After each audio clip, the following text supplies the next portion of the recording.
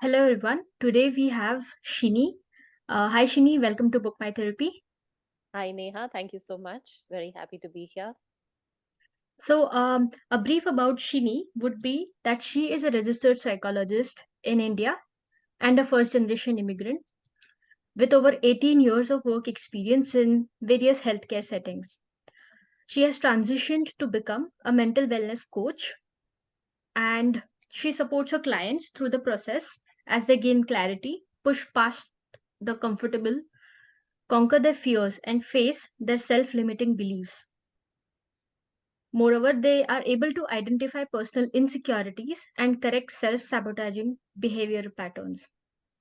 So, in her own words, Srini describes her work as something that would create mindset shifts and develop mental and emotional resilience in her clients as they redefine their world, one where they can take charge of their present and their future. So happy to have you, Shini. Welcome to Book My Therapy once again. Thank you, Neha. Thank you so much. I'm looking forward to our conversation today. I have a few questions for you Right. in terms of coaching and Hmm. mental wellness. Right. So, the first question is in terms of women's mental health. Right. So, women's wellness has been an ongoing area of work for you. What, in your opinion, are the larger factors affecting women's mental health in the present times? If we speak about the working women of today, what shows up as the most pressing concerns? All right. So, women's wellness, it is such a vast area, Neha. I feel there's a lot to be addressed here. And speaking about working women of today, or all women, in fact, this should be an area that it is an area that affects all women, and we should speak about not just a subset, but all women. I think all major life changes or events, such as relationships, such as getting married, pregnancy, motherhood, even change of job or setting up a business, all of these life events create physical and emotional stresses for women. uh, Apart from that, negative life experiences are another big contributor when it comes to addressing wellness concerns for women. So it could be in the area of infertility, let's say, or could be any kind of loss. It could be a personal loss, a professional loss, discrimination, any form of violence or abuse. Are other These are other major areas of concern. Um, then there's unemployment, there's financial insecurity, there's isolation. All of these have such a huge impact on women's mental health and well-being. Um, Another thing that comes up very often in conversation with my clients is we have inequality, both economic and social. uh, it contributes largely to the risk of depression. Pay parity is a worldwide concern. So for working women, that is a huge contributor to them developing a negative self-image, let's say, or them developing or getting demotivated, or experiencing anxiety or depression. um, Socially, men and women have always been treated and viewed very differently. So uh, those also, over a period of time, they can have such a lasting impact. Even the small things can have such a lasting impact on one's mental health.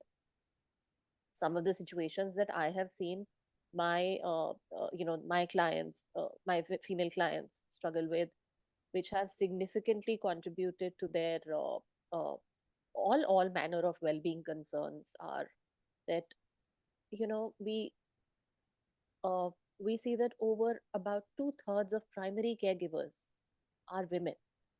They're caring for their partners, they're caring for their children, they're caring for their parents, sometimes their partner's parents as well.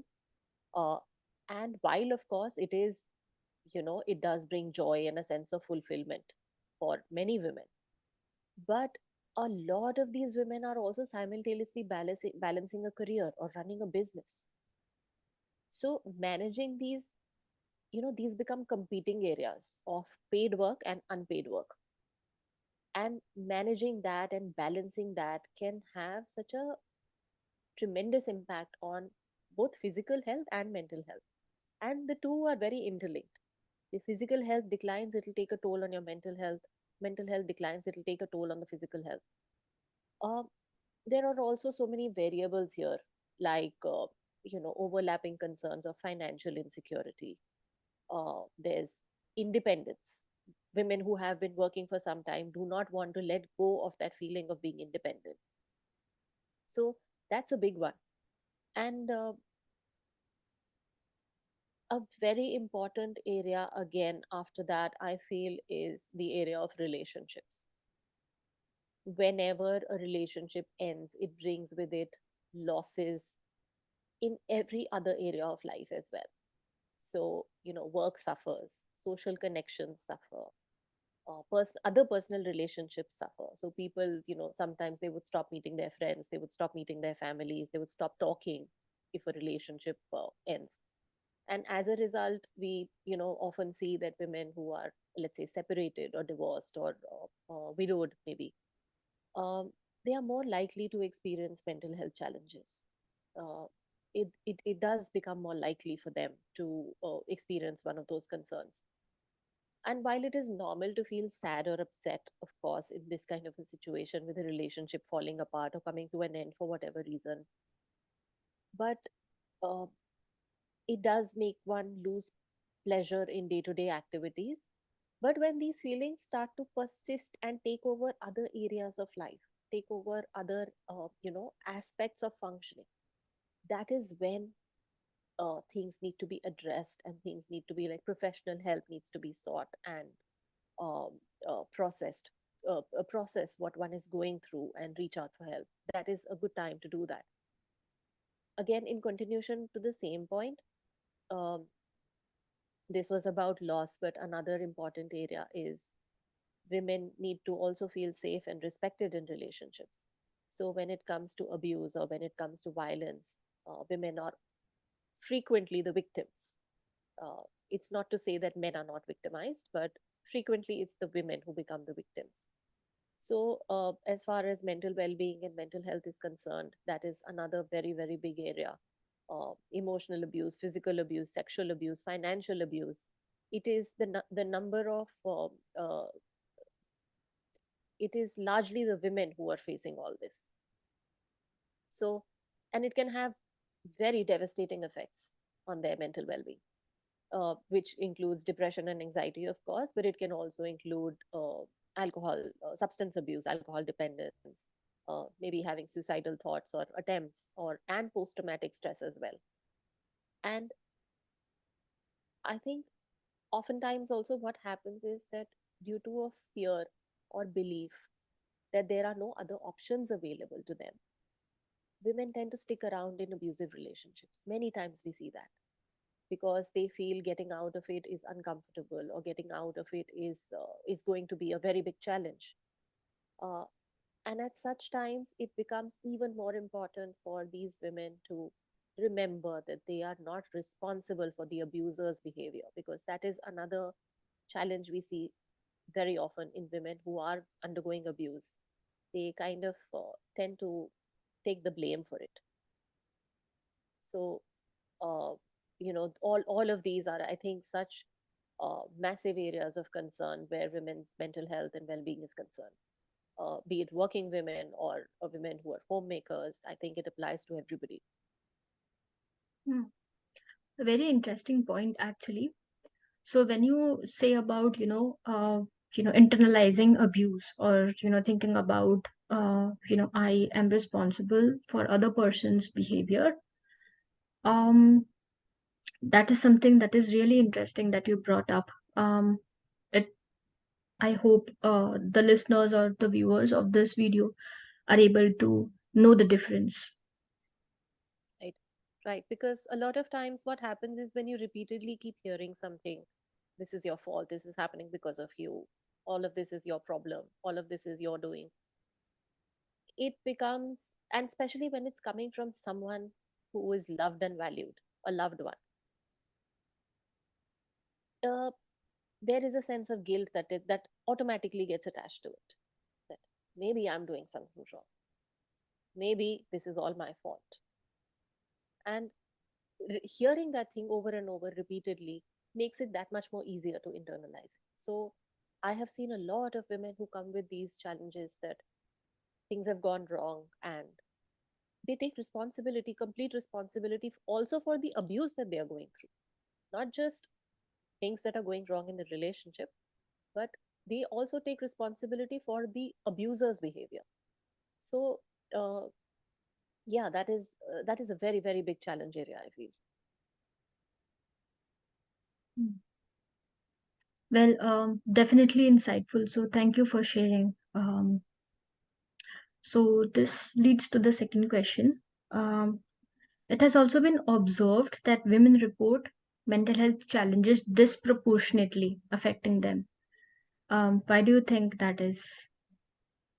Well, so whether it's depression or anxiety or eating disorders, let's say, uh, any and all of these conditions can have a substantial and a very detrimental impact on a person's life overall and their well-being. Of course, both men and women face all of these said challenges, but women are far more affected than men. Oh, and there's enough data and research to show that. Additionally, women are also more vulnerable to these concerns. This pattern also holds true not just for women, but also for adolescents, for girls. So, additionally, uh, a lot of very recent research done after the pandemic, it has shown how, the pandemic worsened mental health among women far more than it did for men. And there are so many factors, like we discussed earlier, that are thought to increase a woman's vulnerability to mental health concerns, to mental health challenges. These factors relate to not just our biological makeup, but also our specific social experiences as women. So, for example, women, of course, do have higher levels of empathy and emotional understanding. A lot of women do in comparison to men. Now, these are qualities that are generally positive, right?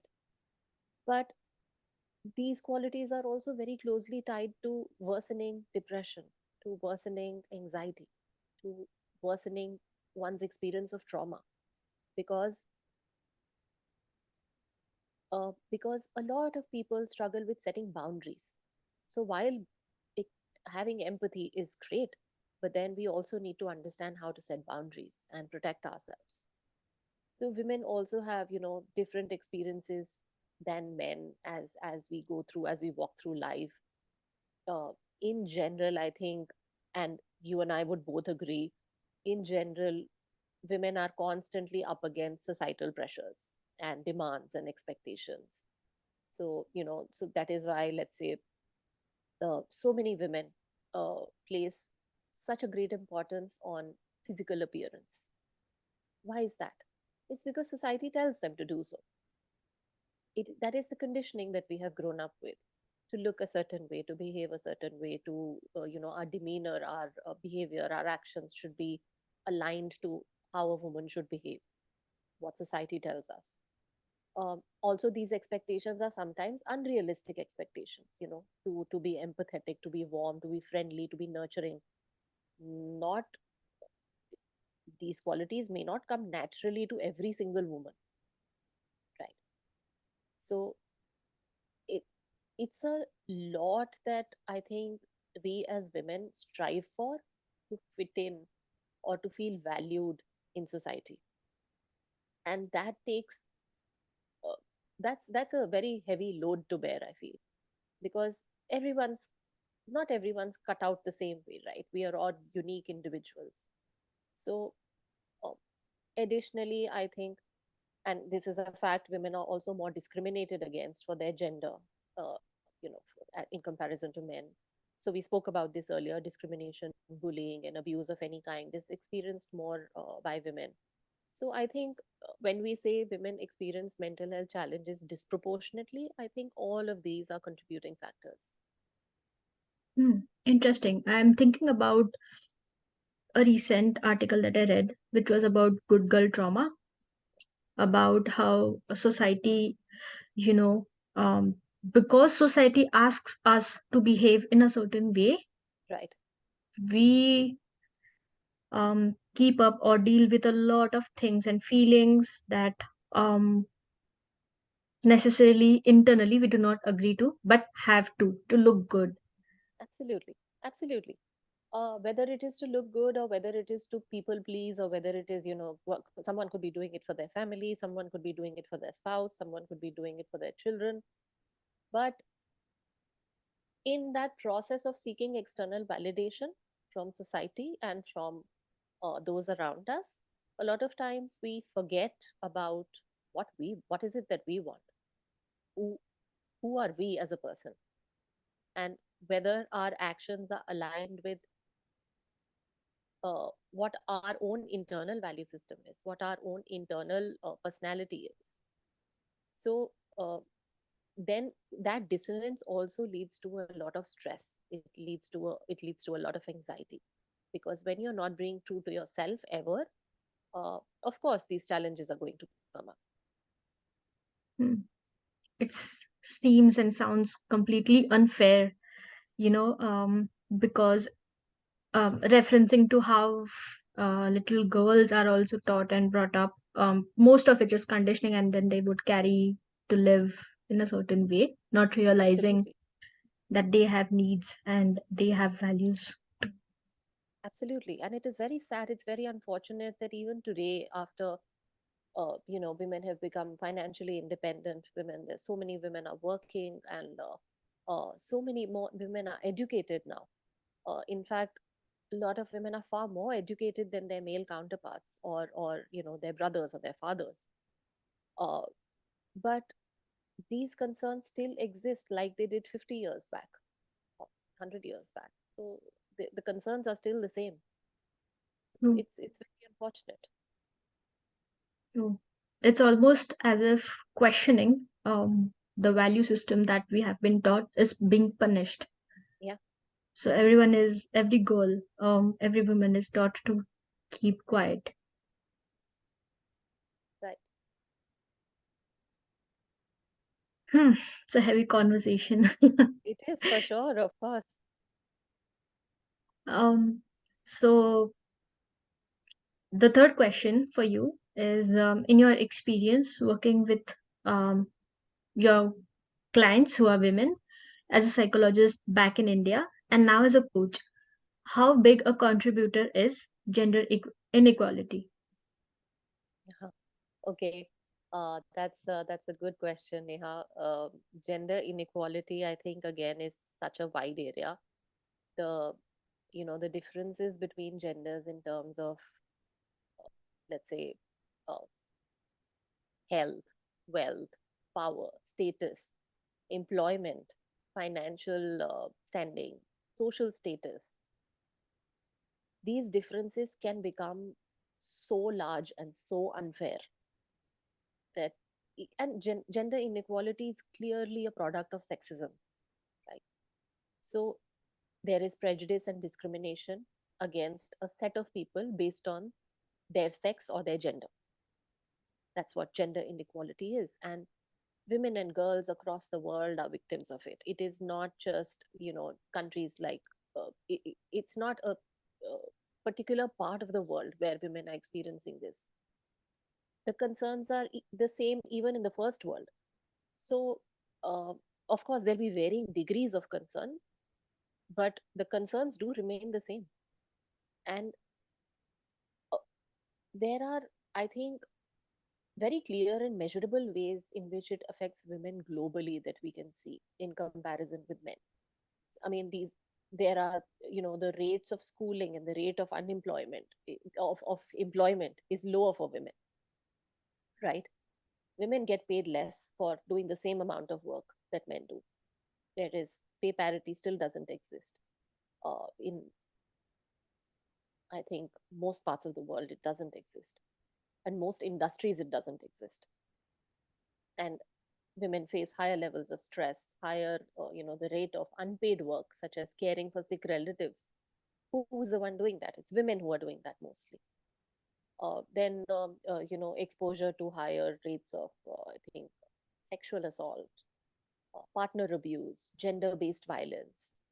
All of these concerns are largely faced by women. Um, and there is a clear lack of representation of women in decision making bodies like the governments, let's say.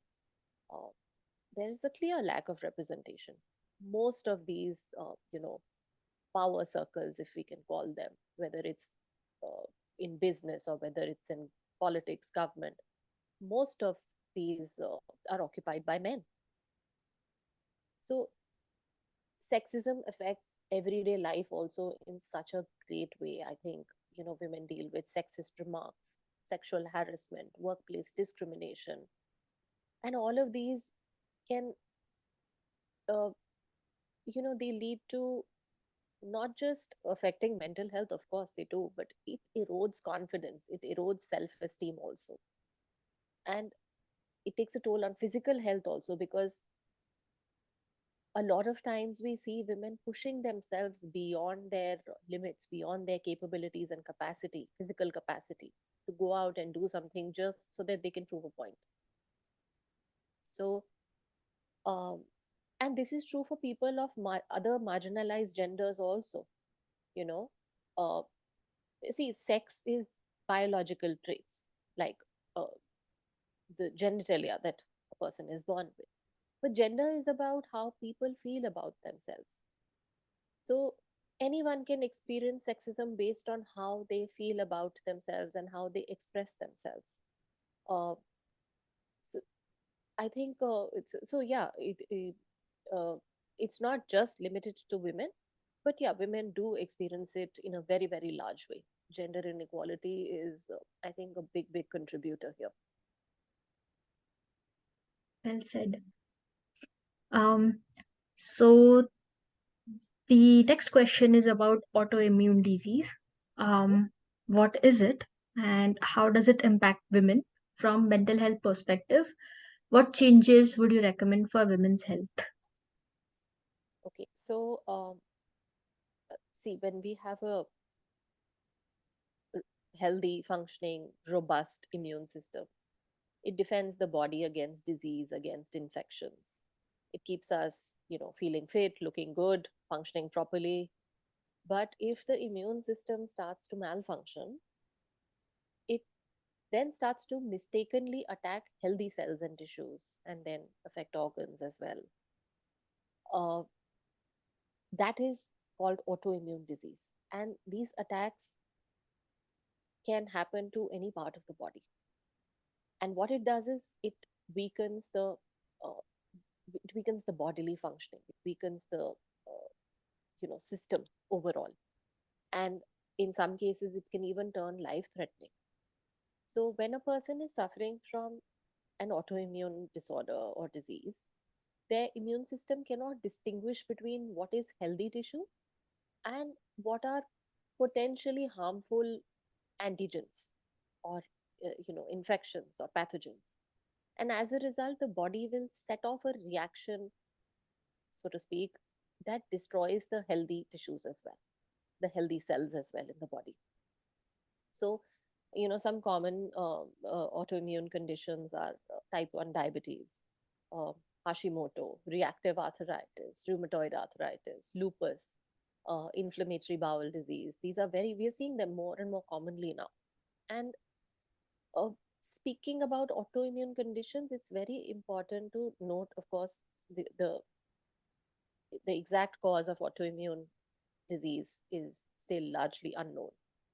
Uh, there are theories, of course, but we don't know the exact cause of why it happens, why it starts, and why it's chronic in nature. In most cases, chronic in nature. So now it's very interestingly, while women are often, healthier than men and do live longer than men, and women are also overall uh, less susceptible to infectious diseases, but 80% of the people with autoimmune conditions are women. 80% or up to 80%, that's a very big number. Our mental state and state of overall well-being, I think, plays a very big role here, plays a very big part. psychological stress is a risk factor for developing autoimmune conditions. And we have already discussed how, in all the different ways in which women experience and tackle psychological stress in their daily lives. So, uh, finding effective coping strategies and knowing what to fall back on and knowing when to reach out for professional help becomes very, very important here. You, of course, genetics play a role. And, none of us can change our genetic susceptibility to an autoimmune disease or any other kind of disease. But it's not genetics alone that we are talking about here. Avoiding other risk factors of autoimmune conditions like obesity, like excessive reliance on medication. Some people take medicines like food. They just pop pills for every little thing. And then, eating a nutritious diet, of course, and limiting the intake of processed foods. I think processed foods are such a major culprit for almost every disease that we have today. And uh, physical activity, very important one, regular exercise, getting outdoors, uh, and then also, uh, you know, uh, avoiding risky substances like alcohol, like cigarettes, smoking. Um, and lastly, I think when a person suffers from any kind of condition or disease, also becomes their responsibility to stay up to date on the latest information about not just the medication that they are taking, about uh, new research in that area, new developments in that area that can help them or that can make them feel better. So I think all of these are things that people can be mindful of when they're suffering from an autoimmune condition. So, Shini, I have like second last question for you for today, Mhm. which is, what is your hope for the future when it comes to women's wellness? Okay, my hope for the future where women's wellness is concerned, I think when we speak about wellness, it is so nuanced and there are so many layers to it, that it is essential to take a more holistic view of what wellness actually is. So we can speak about disease and we can speak about specific concerns, but there are subtler contributors or subtle shifts that one can make, which go such a long way. So I really hope that more women can learn to find calm and ease in their own existence. I think uh, that shift in itself can bring about so much positivity and so much light in a person's life. And I hope that we can remember or just keep reminding ourselves that we are not here to just hustle or look after everything and everyone around us, but to also enjoy our own lives. uh, I really hope this will become a reality for more women all across the world. And many women today, I think both young and old, face such big threats to their sense of identity and their self-esteem, all thanks to social media. And that's a reality that we live in, and it is only going to get worse. The intrusion of social media in our lives, it's only going to get worse. So in that area as well, my hope is that we can support and empower each other with tools that will make living with more peace and less stress possible. I think the need to find laughter and joy in the ordinary moments of life and to let go of the burdens that are not ours to carry. So, so many of us, we carry so much baggage that which is not ours to carry, but we just do it because it is expected of us. Um, and just give ourselves permission to feel whatever we are feeling. I think, yeah, that would be my hope for the future. I think all of these things contribute so greatly to a sense of wellness that we experience or can experience. That's really powerful. Thanks for sharing, Shini. So the last question is, where can the viewers and listeners find you online? So are there any social media platforms or um, your personal, if they want to book a slot with you for coaching sessions. Right. So, I shared with you, I have just moved to Canada. I am very, very new here. So, of course, I'll be setting up my coaching practice, my company, my website. That is on the way. So, that's, of course, one platform that is coming up soon. But for now, I think I am very responsive on email. So, if someone wants to reach out to me, they can reach out to me on shinisani@gmail.com. And I can also share, I'm fairly active on LinkedIn as well. So that's another great platform to connect with me. um, I can share my link and maybe you can put it up for your listeners. um, yeah, those are, I think, good ways to connect with me. Perfect. Yes, I will share the links in the description for this video. Right. And wanted to take this moment to thank you for making the time for this podcast. And we had some really insightful discussions when it comes to women's mental health. So thank you so much, Shini. Thank you, Neha. This was a great platform for me as well to address these concerns, and these are concerns that are very close to my heart as well. I have been working actively in this area for some time now, and I look forward to doing more, good work with women for women. Uh, so that's the endeavor. So thank you so much. My pleasure, Shini. See you soon.